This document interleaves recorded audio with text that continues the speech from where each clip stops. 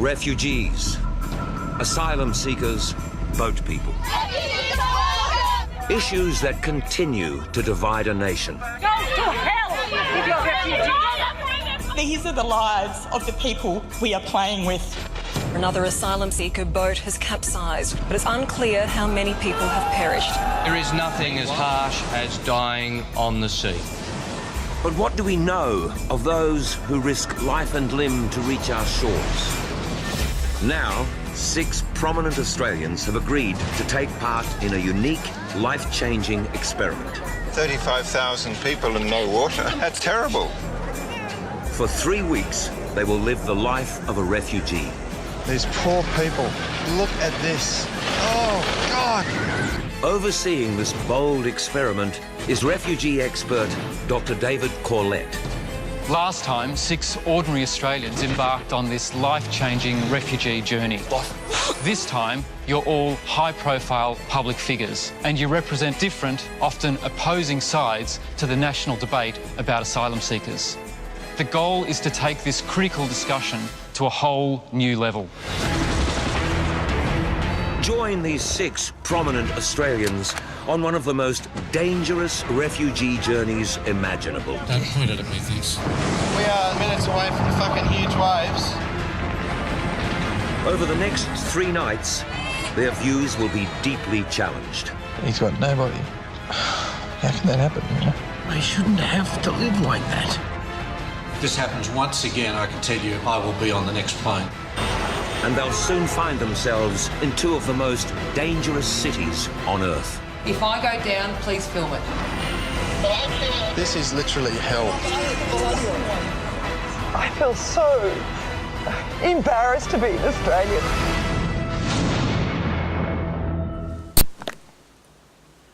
Hello and welcome. Today I will be speaking with the author from the book, The Boy in the Striped Pyjamas. John Boyne and the host from the popular TV series, Go Back to Where You Came From, Dr. David.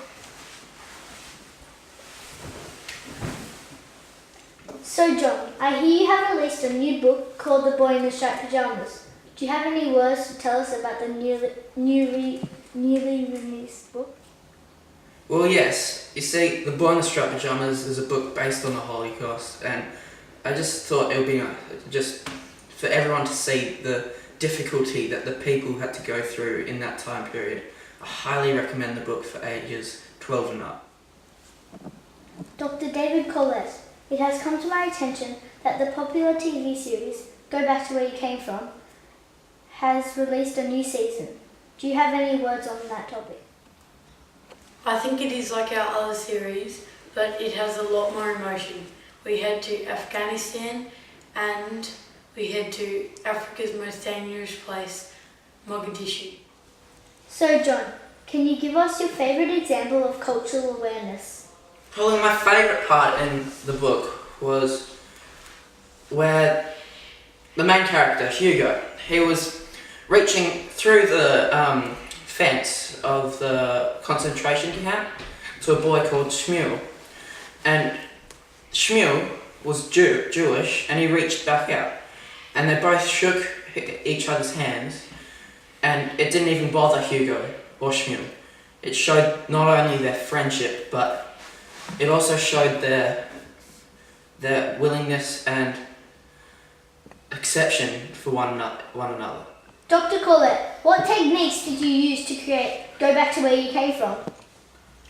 I like using different camera angles and different shots to give the viewers more information on whom or what the camera is pointing at. John, what techniques did you use to create The Boy in the Striped Pyjamas?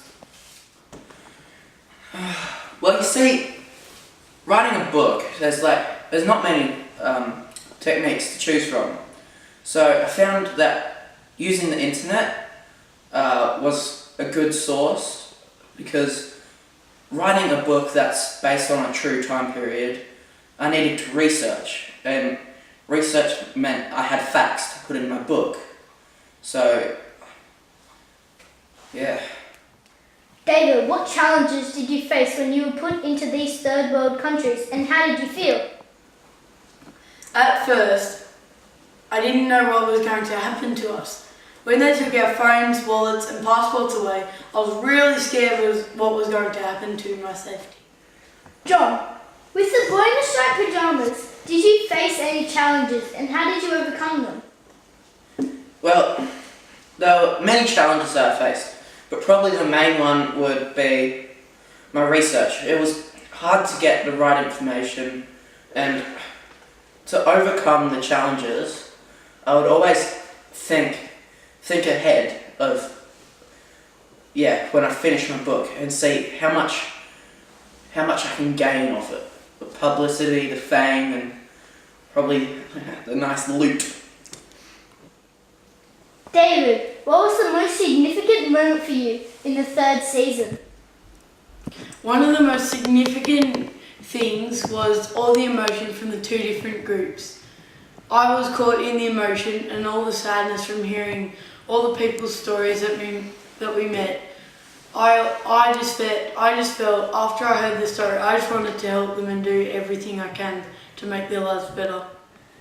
John, if you could, would you have changed any part of your novel?